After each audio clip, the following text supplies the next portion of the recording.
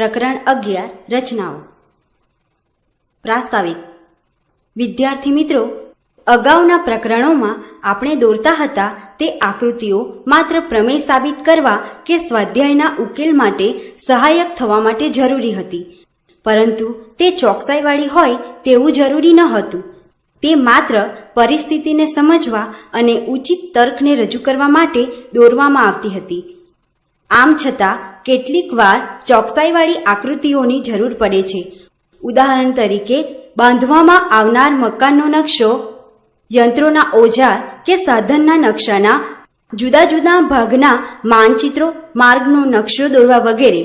આવી કેટલીક આકૃતિઓ દોરવા માટે કેટલાક પાયાના ભૌમિતિક ઉપકરણોની જરૂર પડે છે.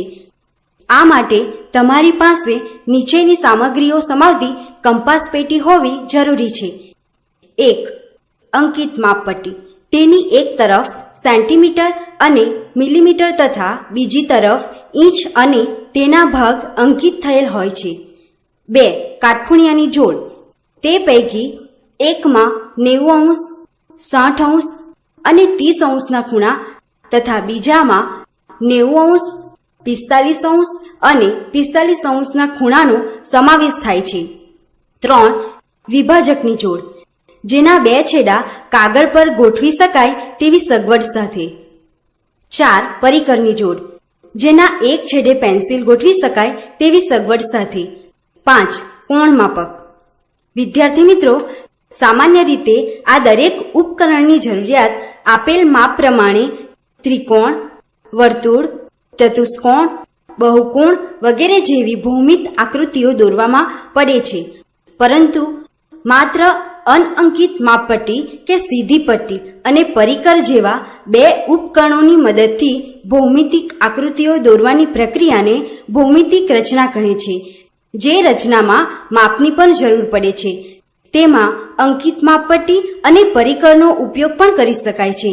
આ પ્રકરણમાં ચોક્કસ પ્રકારના ત્રિકોણોની રચના કરવામાં ઉપયોગી હોય તેવી કેટલીક પાયાની રચનાઓનો વિચાર કરીશું. પાયાની રચનાઓ. વિદ્યાર્થી મિત્રો, તમે વર્તુળ, રેખાખંડનો લંબ દ્વિભાજક, 30°, 45°, 60°, 90° તથા 120° ખૂણાઓ અને આપેલ ખૂણાનો દ્વિભાજક જેવી રચનાઓનો કોઈ વ્યાજબી યથાર્થતા આપ્યા વગર અભ્યાસ કરી ગયા છો. આ વિભાગમાં આ પૈકીની તેની પાછળના તર્ક સાથે કેટલીક રચનાઓ તથા આ રચનાઓ શા માટે પ્રમાણિત છે તેનો અભ્યાસ કરીશું. રચના 1. આપેલ ખૂણાનો દ્વિભાજક રચવો છે. વિદ્યાર્થી મિત્રો, આપણને ખૂણો ABC આપેલ છે. આપણે તેનો દ્વિભાજક રચવો છે. રચનાના મુદ્દા. 1. બીને કેન્દ્ર લઈ અનુકૂળ ત્રિજ્યા વડે બંને બાજુએ કિરણ BA અને BC ને છેદતું ચાપ દોરો. તે છેદ બિંદુને અનુક્રમે E અને D કહો. 2. 1/2 DE કરતા મોટી ત્રિજ્યા લઈ D અને E ને કેન્દ્ર તરીકે લઈ એકબીજાને છેદતા ચાપ દોરો. છેદ બિંદુને F કહો. 3. કિરણ BF દોરો. આ કિરણ BF એ ખૂણા ABC નો માંગેલ દ્વિભાજક છે. હવે આપણે માંગેલ ખૂણાનો દ્વિભાજક કેવી રીતે મળે છે તે જોઈએ. DF અને EF રચો. ત્રિકોણ BEF અને ત્રિકોણ BDF માં BE બરાબર BD એક જ ચાપની ત્રિજ્યાઓ છે. EF બરાબર DF સમાન ત્રિજ્યાવાળું ચાપ છે. BF બરાબર BF સામાન્ય રેખાખંડ છે. ત્રિકોણ BEF એકરૂપ ત્રિકોણ BDF બા શરત ઉપરથી. માટે ખૂણો EBF બરાબર ખૂણો DBF એકરૂપ ત્રિકોણના અનુરૂપ ભાગો હોવાથી. રચના 2. આપેલ રેખાખંડના લંબ દ્વિભાજકની રચના કરવી. વિદ્યાર્થી મિત્રો, આપણને રેખાખંડ AB આપેલ છે. આપણે તેનો લંબ દ્વિભાજક રચવો છે. રચનાના મુદ્દા. 1. 1/2 AB કરતાં વધારે મોટી ત્રિજ્યા લઈ ક્રમશઃ એ અને બી ને કેન્દ્ર તરીકે લઈ એટલે કે એ બી ની બંને બાજુએ ચાપ દોરો એકબીજાને છેદે તેમ. 2. આ બંને ચાપ એકબીજાને પી અને ક્યુમાં છેદે છે. PQ દોરો. 3. હવે PQ એ બી ને બિંદુ M માં છેદે છે. આથી રેખા PMQ એ AB નો માંગેલ લંબ દ્વિભાજક છે. હવે આપણે AB નો લંબ દ્વિભાજક કેવી રીતે મળે છે તે સમજીએ. A અને B ને P તથા Q બંને સાથે જોડીએ જેથી રેખાખંડ AP, AQ, BP અને BQ મળે. ત્રિકોણો PAQ અને PBQ માં AP બરાબર BP સમાન ત્રિજ્યાવાળા ચાપ છે. AQ બરાબર BQ સમાન ત્રિજ્યાવાળા ચાપ છે. PQ બરાબર PQ સામાન્ય છે. ત્રિકોણ PAQ એકરૂપ ત્રિકોણ PBQ બા નિયમ ઉપરથી. માટે ખૂણો APM બરાબર ખૂણો BPM એકરૂપ ત્રિકોણના અનુરૂપ અંગો હોવાથી. હવે ત્રિકોણ PMA અને PMB માં AP બરાબર BP આગળ પ્રમાણે છે. PM બરાબર PM સામાન્ય છે. ખૂણો APM બરાબર ખૂણો BPM ઉપર સાબિત કર્યું છે. માટે ત્રિકોણ PMA એકરૂપ ત્રિકોણ PMB બાખુબા નિયમ ઉપરથી. માટે AM બરાબર BM અને ખૂણો PMA બરાબર ખૂણો PMB એકરૂપ ત્રિકોણના અનુરૂપ ભાગો હોવાથી. પરંતુ ખૂણો PMA વત્તા ખૂણો PMB બરાબર 180 રેખિક જોડના ખૂણાની પૂર્વધારણા ઉપરથી. આથી ખૂણો PMA બરાબર ખૂણો PMB બરાબર 90 તેથી PM એટલે કે PMQ એ AB નો લંબ દ્વિભાજક છે. રચના 3. આપેલ કિરણના ઉદ્ભવ બિંદુએ 60° માપના ખૂણાની રચના કરવી. ઉદ્ભવ બિંદુ A વાળું કિરણ AB લઈએ. આપણે ખૂણો CAB બરાબર 60° થાય એવું કિરણ AC રચવું છે. તેમ કરવાની એક રીત આગળ પ્રમાણે છે. રચનાના મુદ્દા. 1. A ને કેન્દ્ર લઈ કોઈક ત્રિજ્યા લઈ વર્તુળનું એક ચાપ દોરો. તે AB ને જ્યાં છેદે તે બિંદુને D નામ આપો. 2. D ને કેન્દ્ર લઈ તે જ માપની ત્રિજ્યા લઈ એક ચાપ દોરો. તે પ્રથમ ચાપને જે બિંદુમાં છેદે તેનું નામ E આપો. 3. E માંથી પસાર થાય તેવું કિરણ AC રચો. ખૂણો CAB માંગેલ 60° નો ખૂણો છે. હવે આપણે 60° નો ખૂણો કેવી રીતે મળે છે તે સમજીએ. DE જોડો. હવે AE બરાબર AD બરાબર D રચના પરથી. તેથી ત્રિકોણ EAD એ સમબાજુ ત્રિકોણ છે અને ખૂણો EAD તથા ખૂણો CAB એક જ છે. તેનું માપ 60° જેટલું છે. વિદ્યાર્થી મિત્રો, કેટલાક ઉદાહરણ જોઈએ. 1. આપેલ 30° માપના ખૂણાની રચના કરો. રચનાના મુદ્દા. 1. કોઈ પણ કિરણ AB દોરો. કોઈ સ્ક્વેર ત્રિજ્યા લઈ અને કેન્દ્ર A લઈ વર્તુળનું ચાપ દોરો જે કિરણ AB ને X માં છેદે. 2. તે જ ત્રિજ્યા અને X કેન્દ્ર લઈ વર્તુળનું ચાપ દોરો જે પ્રથમ ચાપને Y બિંદુમાં છેદે. કિરણ AY દોરો જેથી ખૂણો YAB બરાબર 60° થાય. 3. ખૂણો YAB નો દ્વિભાજક AT દોરો. આમ ખૂણો TAB એ માંગ્યા મુજબનો ખૂણો છે. 2. આપેલ બાજુઓના માપવાળા સમબાજુ ત્રિકોણની રચના કરી તેની યથાર્થતા દર્શાવો. ઉકેલ. રેખાખંડ XY આપેલ છે એવા સમબાજુ ત્રિકોણની રચના કરવાની છે જેમાં દરેક બાજુનું માપ XY ના માપ જેટલું થાય. રચનાના મુદ્દા. 1. કોઈપણ કિરણ BM દોરો. 2. B કેન્દ્ર અને XY ત્રિજ્યા લઈ વર્તુળનું ચાપ દોરો જે કિરણ BM ને C માં છેદે. 3. XY ત્રિજ્યા લઈ બી અને સી ને વારાફરતી કેન્દ્ર લઈ વર્તુળના ચાપ દોરો જે પરસ્પર એ બિંદુમાં છેદે. 4. AB અને AC રચો. આમ ત્રિકોણ ABC એ માંગેલ સમબાજુ ત્રિકોણ છે જેમાં દરેક બાજુનું માપ XY ના માપ જેટલું છે. રચનાની યથાર્થતા દર્શાવીએ. બી કેન્દ્ર અને XY ત્રિજ્યા લઈને દોરેલું વર્તુળ કિરણ BM ને C માં છેદે છે માટે BC બરાબર XY થાય. બી કેન્દ્ર અને XY ત્રિજ્યાવાળું વર્તુળ તથા C કેન્દ્ર અને XY ત્રિજ્યાવાળું વર્તુળ A માં છેદે છે માટે AB બરાબર XY અને AC બરાબર XY થાય.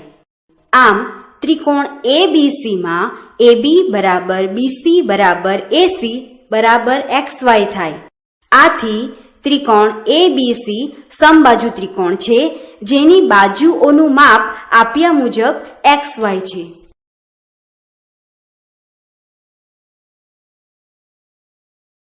ત્રિકોણની કેટલીક રચનાઓ.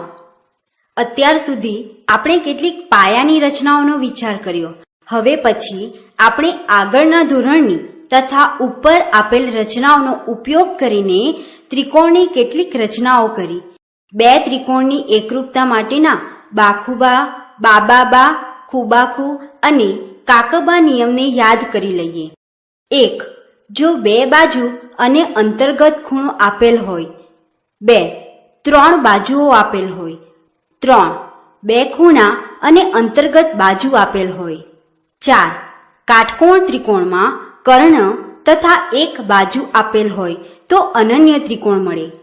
તમે આવા ત્રિકોણની રચના કેવી રીતે કરવી તે શીખી ગયા છો. હવે ત્રિકોણની કેટલીક વધુ રચનાઓનો વિચાર કરીએ.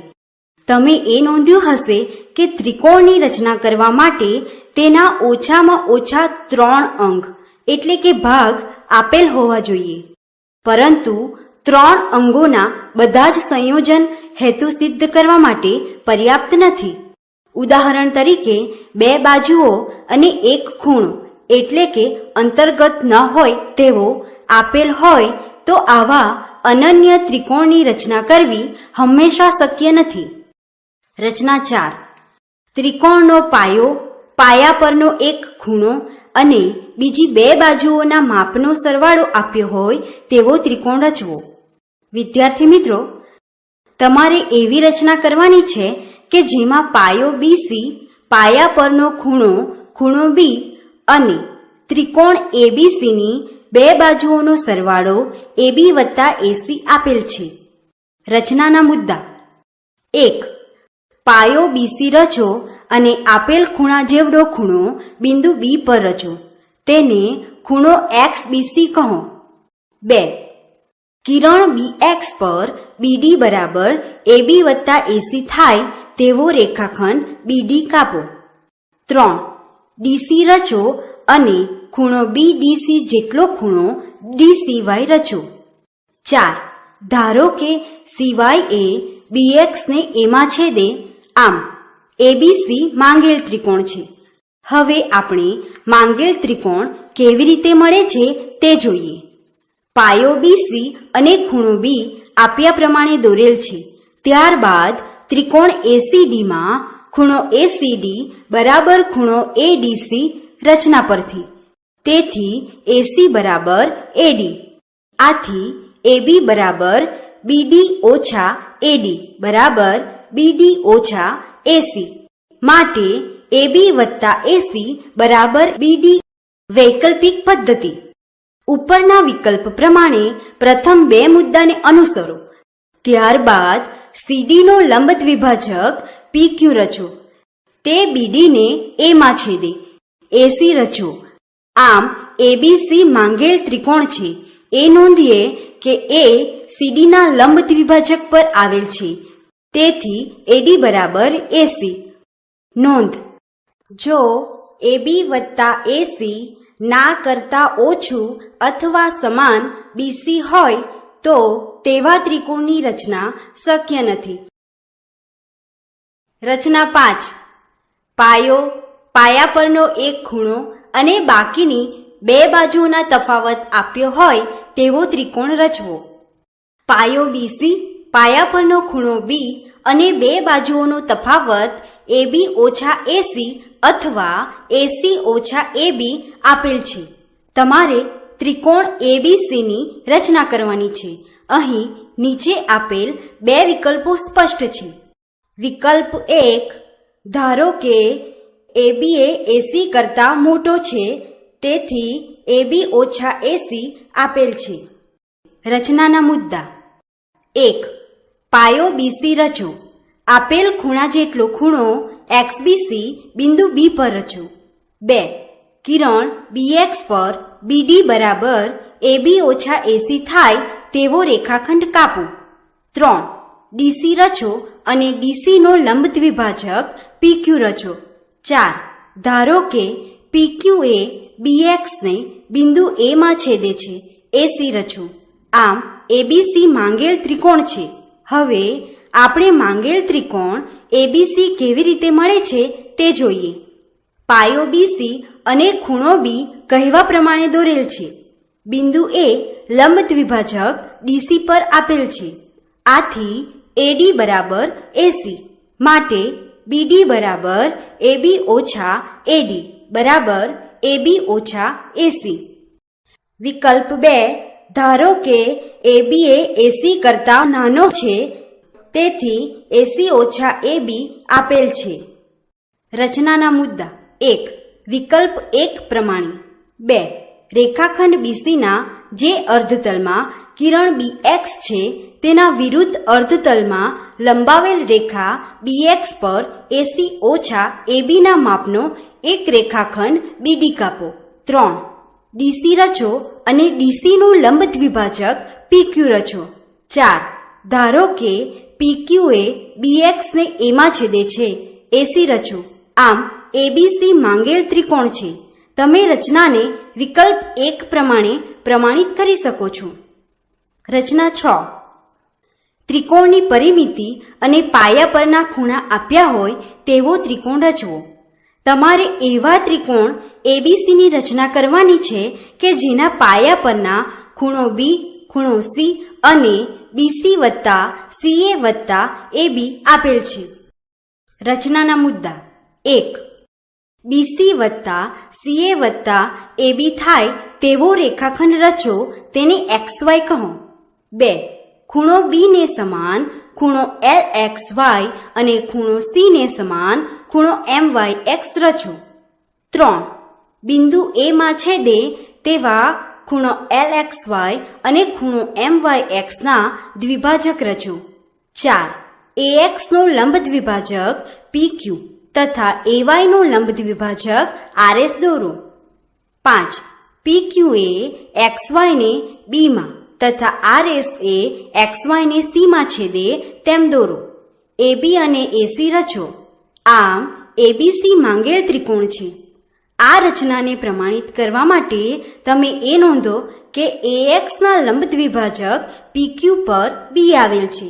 તેથી XB બરાબર AB અને તે જ રીતે CY બરાબર AC. આ પરથી BC વત્તા CA વત્તા AB બરાબર BC વત્તા XB વત્તા CY બરાબર XY. ફરીથી ખૂણો BAX બરાબર ખૂણો AXB, એટલે કે ખૂણો AXB પરથી AB બરાબર XB અને ખૂણો ABC બરાબર ખૂણો BAX વત્તા ખૂણો AXB બરાબર 2 વખત ખૂણો AXB બરાબર ખૂણો LXY. તે જ રીતે માંગ્યા પ્રમાણે ખૂણો ACB બરાબર ખૂણો MYX